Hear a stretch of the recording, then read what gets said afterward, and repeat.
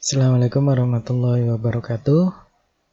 Now we are entering the discussion on controlling order effects and time-related threats within subjects design. So order effects are any possible change in performance caused by participation in a previous treatment.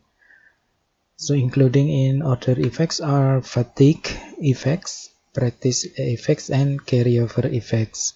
So fatigue effects is progressive decline in performance as participants works through a series of treatment conditions. So progressive here means that it's getting more and more fatigue in each session of the treatment condition.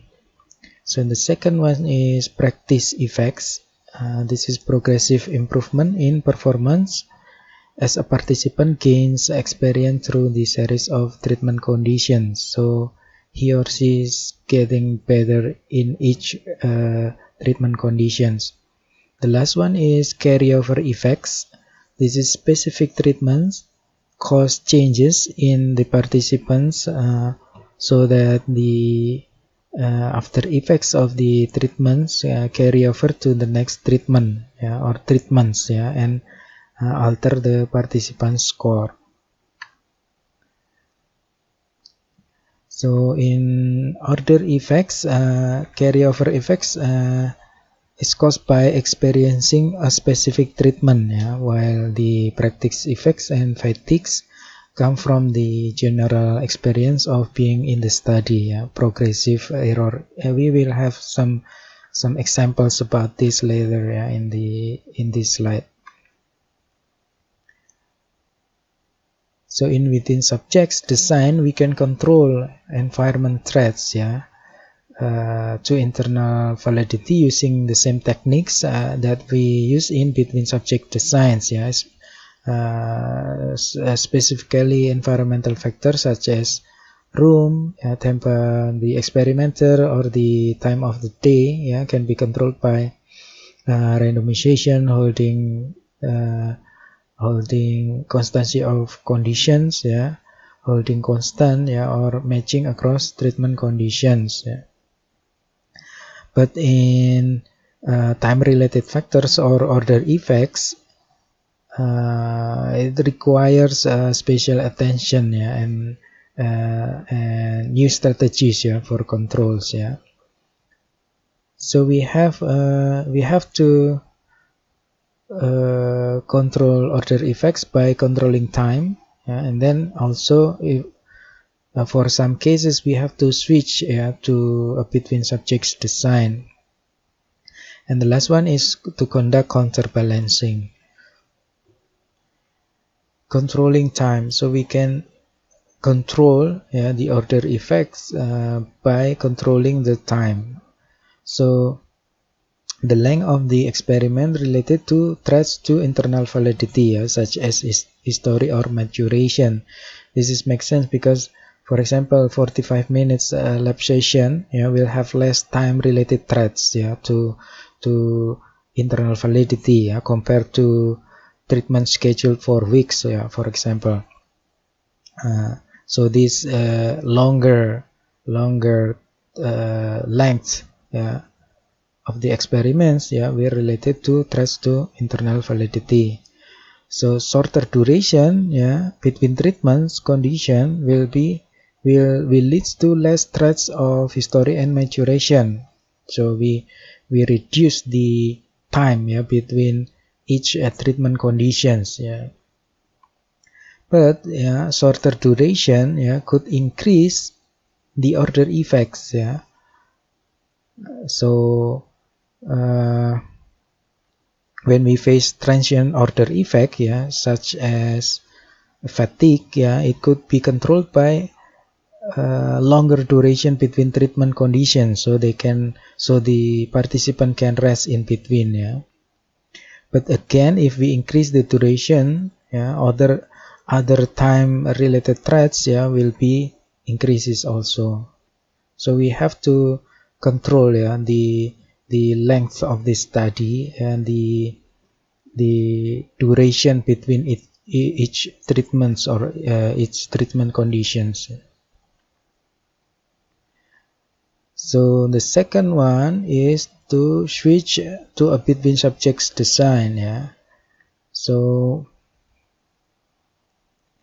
when order effects are strong and permanent, yeah, we have to switch to between subjects. Yeah. For example, if we want to compare, yeah, two methods, yeah, for teaching reading, yeah, to first grader, we have method 1 and method 2. Yeah.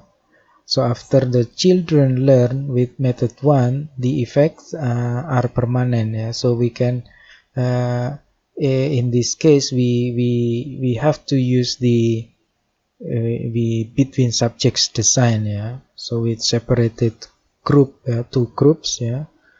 With the first group is method 1, the second group is method 2. Yeah. In teaching reading, yeah, to the children.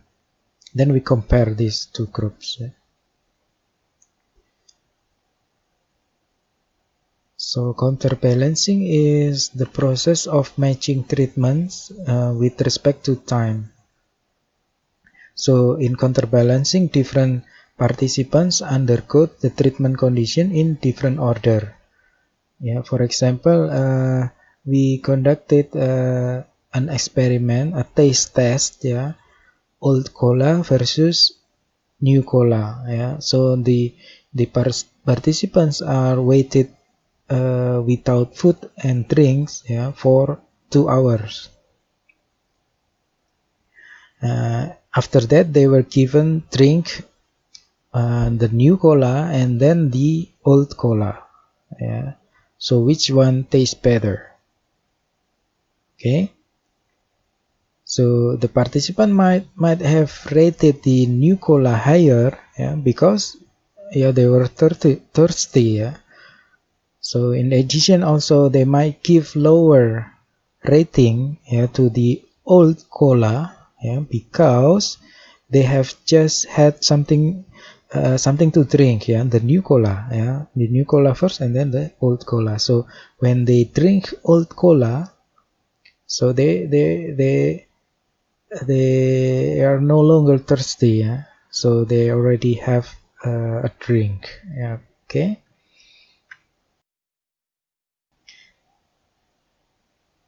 So with counterbalancing, instead of giving the two cola in one order, yeah, only new cola and then old cola, so we change the procedure a little bit. Yeah.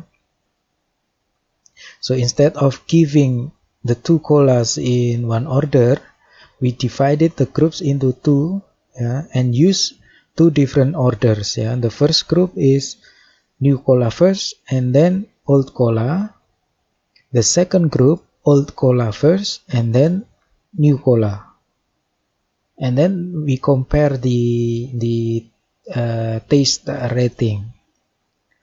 So by using this way, yeah, we distribute the progressive error, yeah, across different treatment. Yeah, we can ensure that the order effects, yeah, after we conduct in the experiment with counterbalancing, so the order effects that alter the results will be counterbalanced. Okay, so you might notice that this design is similar with between subjects design, yeah, because we divided the participants into two groups, yeah. But it is not, yeah, because both groups get the same treatment, yeah, just the order that is different. Okay, so different with between subject. Here between subject, they have two different kind of groups with at least two different kind of treatment. Okay, so that's it. Thank you very much. You can read later, yeah, in this chapters, yeah, 3 chapters from Myers Hansen, Gravater, and Sadiscook and Campbell. Okay, thank you very much for your attention. Assalamualaikum warahmatullahi wabarakatuh.